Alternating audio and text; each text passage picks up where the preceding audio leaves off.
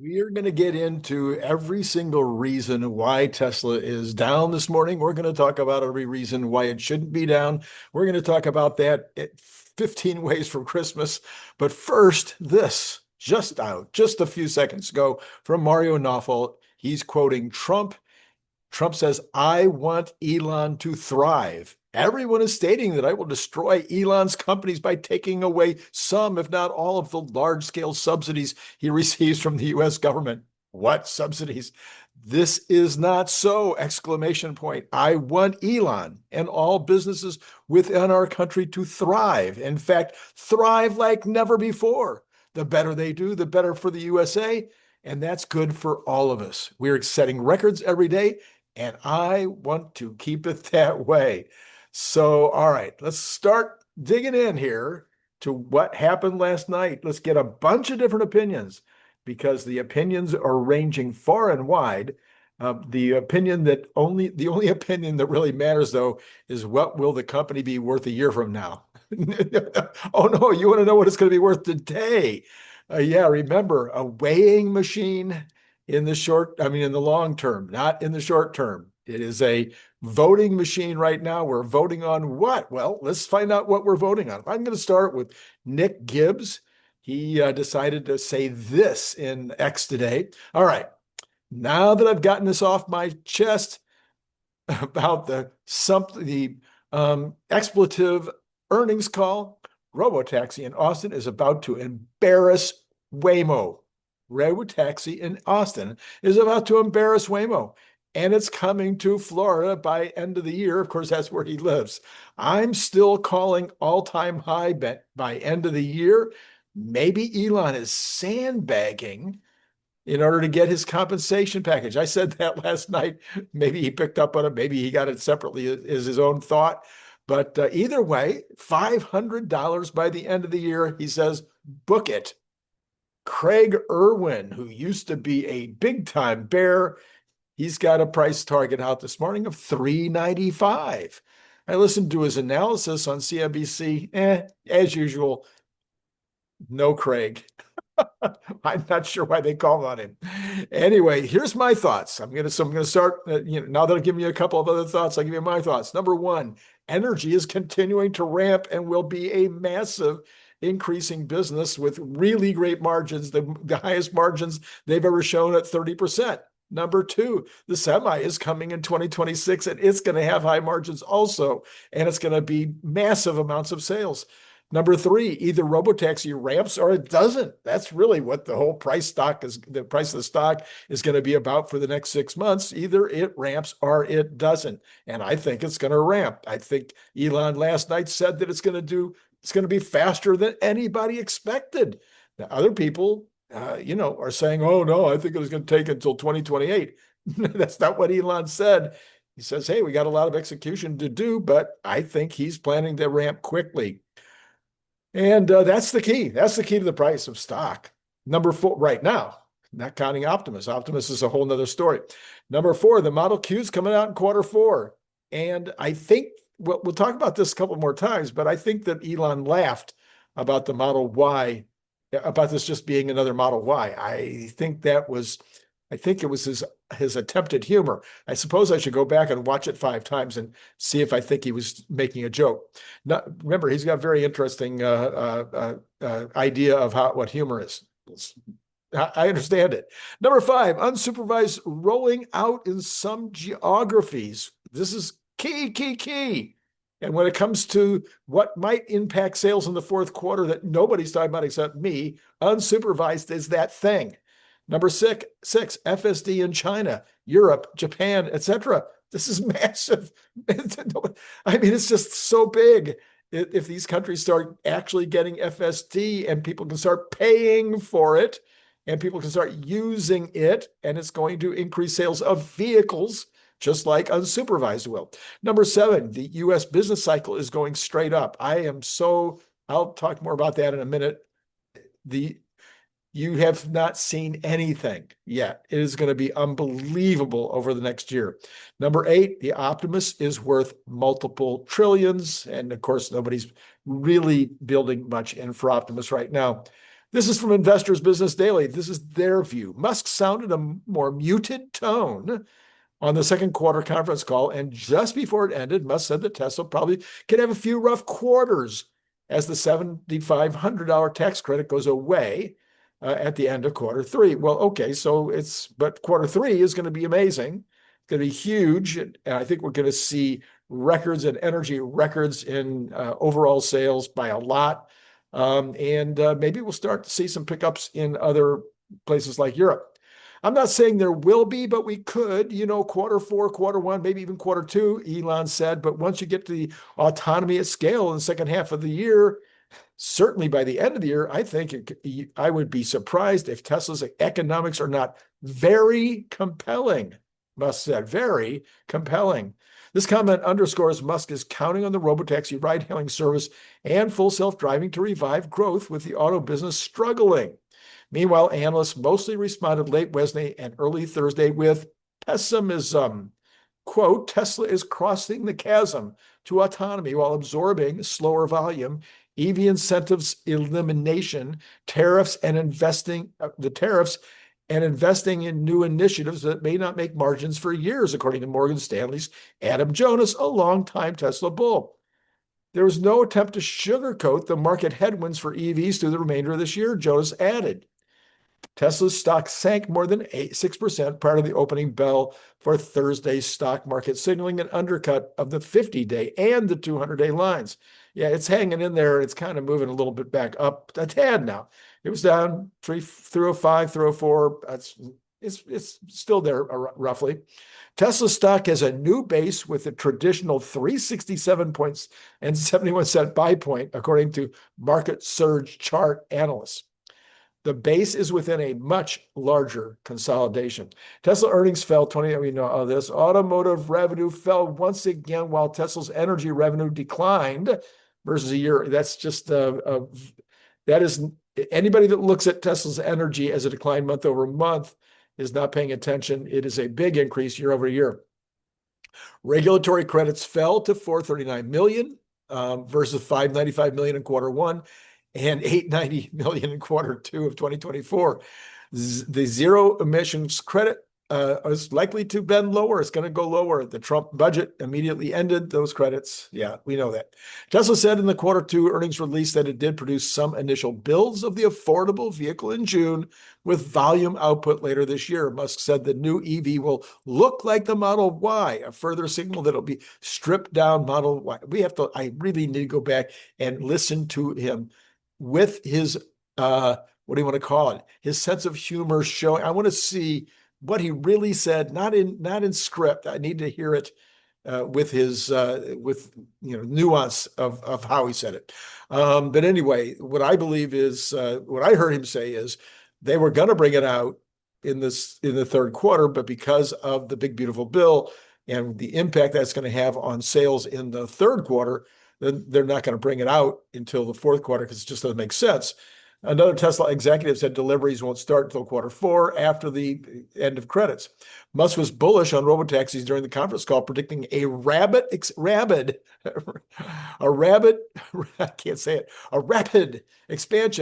within Austin and in key markets pending regulatory approval. UBS analysts early Thursday wrote that Tesla's near-term outlook is challenged with the end of the Biden-era EV tax credits going away. The firm noted that Tesla's EV business already has demand challenges in Europe and China. UBS has a sell rating on Tesla with a price target of 215. That is normal for UBS. It's not a change. That's where they've been forever. And by the way, I don't think there's any demand problems in China. I think they're going to do just fine in China. Meanwhile, CFRA analyst Garrett Nelson reduced his Tesla stock target by $20 to 300 after the earnings call. We thought the conference call confirmed many of the concerns we've been raising regarding the Tesla story, Nelson said. Musk stated that Tesla was in a weird transition period, adding that the company could probably have a few rough quarters and lamenting that the vast majority of Tesla customers still do not know the full self-driving exists, but that he expects Tesla's economics to be very compelling by the end of 2026. We continue to view the near-term challenges facing the company is underappreciated. The near-term challenges are underappreciated. I think the near-term challenges are overappreciated. William Blair analyst Jed Dorsheimer on Thursday said Tesla's entering a vulnerable time with near-term headwinds like auto and energy demand. Energy demand? No, he said energy demand's fine. Subsidy cuts and tariffs. So the tariffs, we'll talk about that in a minute. Pressure financials in the current crucial transition to the LARM. My mouth just completely stopped working. They think that there's going to be tariff pressures. There's going to be transition to long-term vision of real-world AI is what's coming.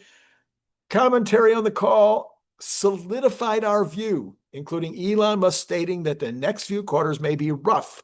We expect this transition to be heavily debated between the bulls and the bears and the stock to be volatile, Dorsheimer noted Thursday. While many analysts warned of Tesla's struggles coming out of the conference call, Wedbush Securities analyst Dan Ives, another longtime Tesla bull, said Thursday the company is making solid progress with autonomy and AI. Musk is now the wartime CEO. While the company will continue to manage the business strategically, he said, to maintain a strong balance sheet during this uncertain period, the company expects to see an acceleration of AI software and fleet-based profits over time, which will bring higher margin revenues to the business, he said. Okay, switching to Barron's. Barron's says that robotaxis are the focus, but there's still some cloudiness. That was Baird analyst Ben Kallo. We are mixed on Tesla's ability to meet the robotaxi timelines, cost targets, and scale. Gosh, the thing I thought about the call from the very beginning, from the at the very top of the call, was Elon seeing on the ground. Okay, they've got the data. They know what's happening on the ground, has accelerated the rollout by a lot. We were talking about 3 cities by the end of the year. Now we're talking about 5 states by the end of the year and multiple cities in each, with half of the U.S. population being covered by the end of the year. That is a major acceleration, and that's based on the data that they're getting in now. He's talking about 2 weeks, less than 2 weeks from now, fully covering Austin in a bigger territory than what is currently Waymo's territory. Musk has big plans to scale the robotaxi business in Austin, Texas. He believes Tesla's service can cover half of the U.S. population by the end of the year, pending regulatory approvals. That prediction could prove aggressive. Alphabet's Waymo, which completes more than 250,000 self-driving rides a week, has ramped up slower, operating in LA, San Francisco, Phoenix, Austin, and Atlanta. Tesla, however, builds thousands of cars each month, so it has a scaling advantage. This is a big, big deal. Kallo rates Tesla stock as a hold, has a 320 price target. Wedbush analyst Dan Ives rates Tesla stock a buy, has a $500 price target. Ives felt better about the quarter, calling Tesla's progress solid in a Thursday report. He also encouraged that Elon Musk is spending more time at Tesla these days. Quote, the autonomous opportunity is worth $1 trillion, as he has said many times before. One of the growth challenges is a loss of the U.S. federal tax credit, blah, blah, blah. We probably could have a few rough quarters. I'm not saying we will, but we could, quoting Musk again. Overall, a mild quarter, said Cantor Fitzgerald analyst Andre Shepard. He was encouraged by comments about Tesla's new lower-priced vehicles, which the company said will began production in June, but he still like to see the car, though, noting that the company has not yet unveiled the vehicle, and that's right, and I don't think it is I don't think it's a Model Y. It might look something like a Model Y because he said it's going to be on a Model Y platform, but it's going to be different than a Model Y. It's not just going to be a scaled down version of a Model Y. AJ, okay, here we go. AJ says, this Tesla earnings call summary is through the lens of Wall Street, so don't shoot the messenger. The call can be summarized this way. Bottom line, Tesla was guiding softly for lower gross margins and higher operating expenses. Higher operating expenses, yes, but higher gross margins in the third quarter, possibly, maybe lower gross margins on cars in the fourth quarter and first and second quarter, maybe. Number two, this will reduce operating profitability and earnings in the fourth quarter, not the third quarter. The lower cost vehicle is a stripped down Model Y. We just talked about that 17 times.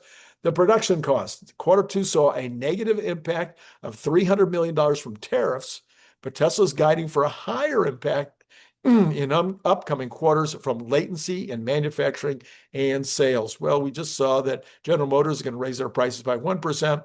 So maybe Tesla has to raise their prices overall by the way that they do the incentives and whatnot in order to keep their margins in line. I think they will be working very hard to keep margins up, especially during the third quarter, and then the fourth quarter might be more challenging. 1.2, tariffs. Tariffs and the effects of the big, beautiful bill have the biggest impact on the energy business. The challenges of the storage business definitely came from both the big, beautiful bill and from tariffs. Will she shifts in demand and profitability? He says this is code for energy margins to come down despite the strong AI-related energy demand. I don't think so. I think that they were proud of the fact they got to 30% margins. I think that they will have challenges, but he also said that the customers are saying, hey, we get it. We see these tariffs. We'll pay the higher price. And my guess is that a lot of these have there's something in the contract that allows them to pass through these additional costs. We'll see. But 30% is great. If they came down to 28, 27, I think that'd be fine. Our operating expenses, he says, especially R&D related spend, will continue to grow. Good. This is driven by compensation increases, the talent wars, and depreciation of the AI infrastructure. Yeah, that's all good, all excellent. The lower cost vehicle, Elon confirmed his lower cost Model Y variant, and thereby confirmed the rumors that LCV was a stripped down model. I don't think so, but we'll see. The imminent termination of the tax credit in the U.S. currently drives heightened demand. For this reason, it does not make sense to launch this model in the third quarter. We talked about that. Elon, does this mean that we could not have a few rough quarters? Everybody's repeating the same thing. Okay. This is Randy Kirk. If you haven't hit that like button yet, what the heck? Please hit like, please hit subscribe, please hit notify.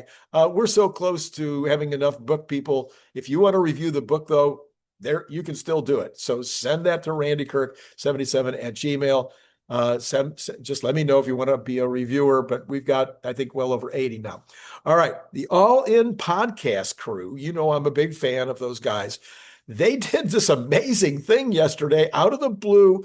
Nobody saw it coming. I guess they just started preparing it 2 weeks ago. It was incredible. They put together an all-day summit on AI that included the president, the vice president, several cabinet members, Jensen Huang, and some other specific leaders in various aspects of AI.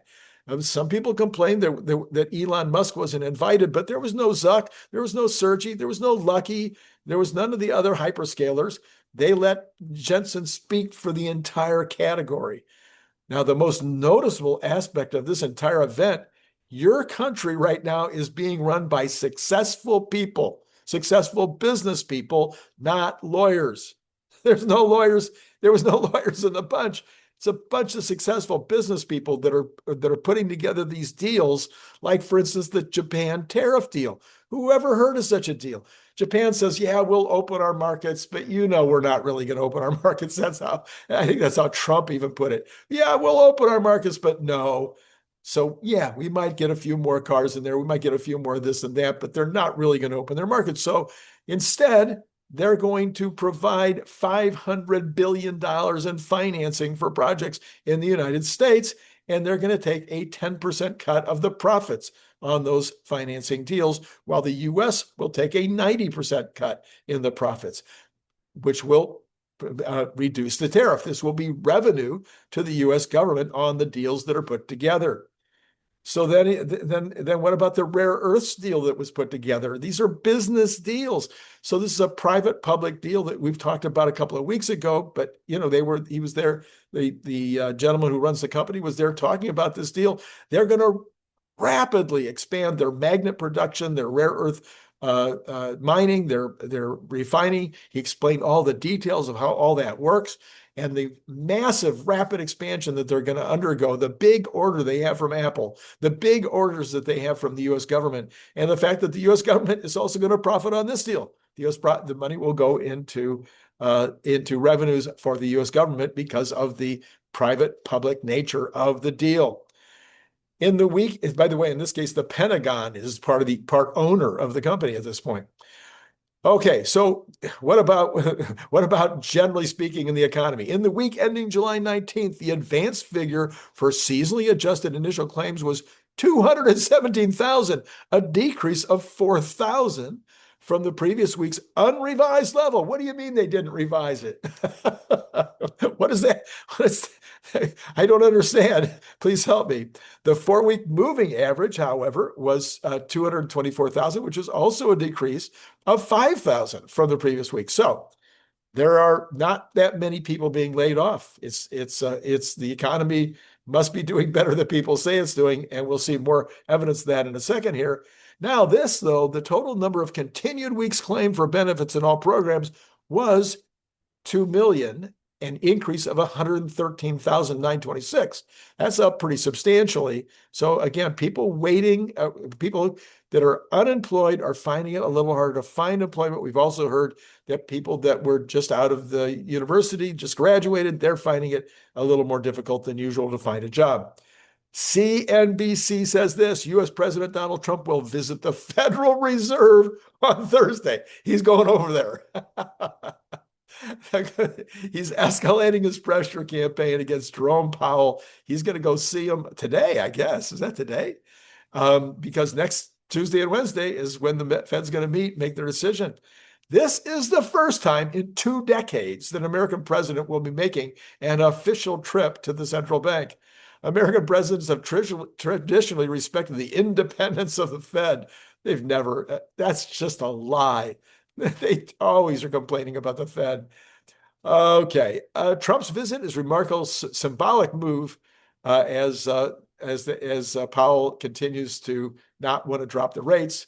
As you know, yesterday we got more information from their own data saying that inflation is not a problem right now, down around 2.25. And as you'll see in a minute, of course, we are agreeing with that over at Truflation. All right, breaking. Chris Williamson, Chief Business Economy at S&P Global Market Intelligence, the flash PMI data. Now remember, always take into consideration that this data is from your company or the company you worked for or you're working for now. There's a purchasing manager. How much respect do you have for the purchasing manager? I mean, seriously, let me know in the comments below. Was he like the most intellectually, was he the top guy in the company? He should have been. I've always said that purchasing department should be like the most important decision you make, but rarely is it. So these are purchasing managers, and it's a survey. These are not hard numbers. Keep all that in consideration as you see these things. These are not hard numbers. It's a survey. And number 2, you're dealing with purchasing managers. These are the people who are giving you these impressions. The flash PMI data indicates the U.S. economy grew at a sharply increased rate at the start of the third quarter, consistent with the economy expanding at 2.3% annualized. This is a marked improvement over the 1.3% signaled by the survey in the last quarter. Now, whether this growth can be sustained is by no means assured.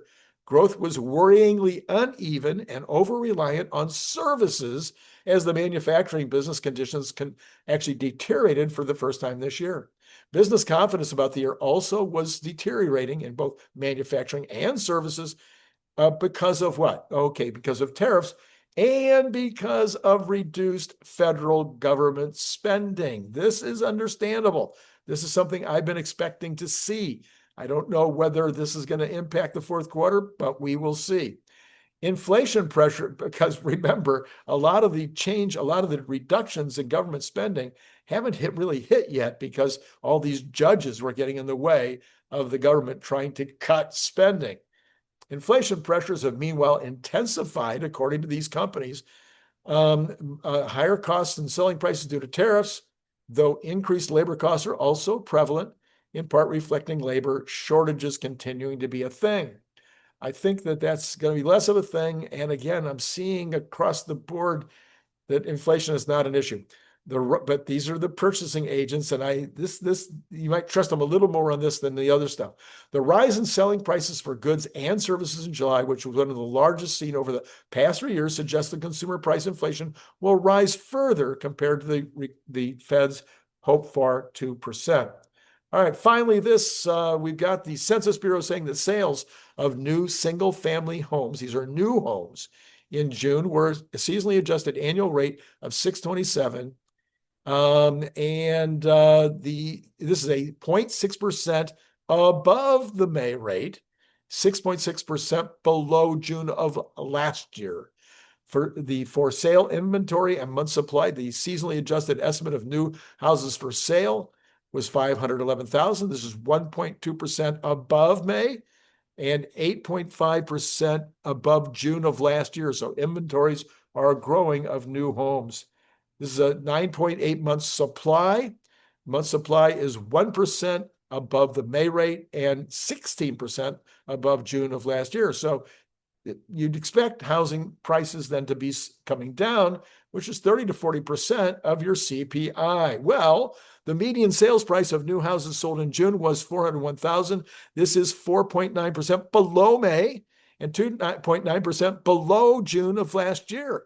The average sales price, that was the median, all right? And then the average sales price of new houses was 501,000. That's 2% below May, but it is 1.1% above June of last year. Those numbers would all be outstanding for the CPI, but they're not going to make it into the CPI because that's not how they rate it, which is one of the problems with the CPI. All right. When you want to talk about Truflation, remember, to the extent that Truflation is getting it right, this is up to the date, up to the minute information, and it's based on hard data. Probably harder data that you're getting from the people that are putting together the CPI. They only have 400 and something, PhDs getting that hard data, whereas Truflation probably has a team of 6. It's getting real data, and it's up to date. So as of yesterday, overnight, 2.02. And then for year over year, 2.21. That's a tiny bit up from yesterday's 2.17. And it's been kind of trending up just a little bit. Now, again, remember, I've said all along that tariffs will impact prices, not inflation. There will be an impact on prices. It's a one-time impact. It's transitional. And that's Powell has said it. Bessent has said it. Go on down the line. It's transitional. It is not inflation. Trump's rating this morning is at 49. That's down a tick from yesterday at 50. And the VIX is down almost to 15%. Let's take a look at where things are right now, including just to double check the VIX. Yes, 15.07, continuing down today. Tesla's sitting at 305. That's kind of where it's been. It's been up and down around $305. That is down 8% compared to yesterday's number. The Dow is down 0.37 and NASDAQ is up 0.15, S&P up 0.20. So overall, markets are flat this morning with, I would say, relatively good news. But again, I think we're stretched. I think everybody's very happy about Alphabet's good numbers yesterday. But there's a lot more earnings to go, and I think the markets are going to be really looking to those earnings. And what does the Fed do next week? Nobody expects it to cut, but Trump is going to go over. Maybe he's going to make a deal. Maybe he's going to offer. I'm sure maybe there'll be some negotiations. We'll see what happens. All right, so Magnificent Seven, except for Tesla, is all up. Nvidia's up a full percent. Amazon more than 1%. Alphabet, with earnings yesterday, up 1.39. All right, what about the Cathie Woods? They're mostly down, and a couple of them up, but mostly down. In particular, the financials are up a little bit. Okay, but what I saw earlier was sad, very sad. I'm sorry to say. I'm sorry that, I have to have some sadness. Well, it's not as bad as it was, but it's still bad. The bonds, 10-year bonds up another 2 basis points, at 4.4, almost 1. Let's call it 4.41. I don't know what to say. All right, oil prices up $1 at 66.30. There is a decline in stockpiles. So when you see more draw coming in the U.S. market, especially when you see the drawdown in stockpiles, typically that's going to cause price to go up, which they did. Natural gas also up 2.73 this morning. That's not surprising given it had dropped from almost $4, almost $1. I mean, that's a lot, down to, at this point, $3.16 this morning. Gold has dropped more, down to 33.78. It was at 3,400, 34.30, 34.40 just a couple of days ago. So dropping quite rapidly. Silver, however, staying right up there. It's down this morning, 0.41, but still at 39.35. Copper continues up another half a percent, at $5.85. It was a little higher, I think, yesterday, maybe $5.95. We've got the dollar dropping a little bit this morning. And we've got Bitcoin up $207, in other words, flat at 118.6, which is pretty much where it's been. Okay, so as you might, we continue to have people on vacation and doing different things. So Larry Goldberg will be reporting his feelings about what happened at the earnings call yesterday and his feelings about what the impact will be on the market. That'll be at around, I'm going to guess around 4 o'clock. Cern Basher will be joining us at 7:45. I'm sure he will be reporting. I'm pretty sure what he's going to be reporting on is the energy situation, the energy storage, because it's massive and it's not being counted in the numbers. Trust me. And I think he'll do a great job on that. I think that's what he's going to talk about. All right. What else do I want to tell you? Oh yeah. Last night, there was no last night. I did a yesterday afternoon report, which is still valuable, I think. I'm going to put the card up there. That was talking about some of the big news that was hitting yesterday at midday. And the analysis of that big news was maybe more important than the earnings call was flat. The earnings information in the deck was flat. It was not well written. It was not written in order to inspire at all. It could have been done much better. Elon could have been more energetic and more enthusiastic. 100% could have happened. He didn't. He wasn't. He was honest. He says, look, fourth quarter could be rough. But that didn't cause the stock to go down. That was at the end of the call. The stock had already gone down a ton before he said those words. So no, the stock went down because I don't know. I really don't. I can't figure it out. The call, in my opinion, was better than I was expecting because Robotaxi rollout is going to be faster, apparently, at least in geography, maybe not in numbers. Let me know what you think in the comments below. I'm really interested to hear what you got, what you're thinking about right now. All right, that's all I got for you right now. It's time to go. It's Randy Kirk. It's been great talking to you.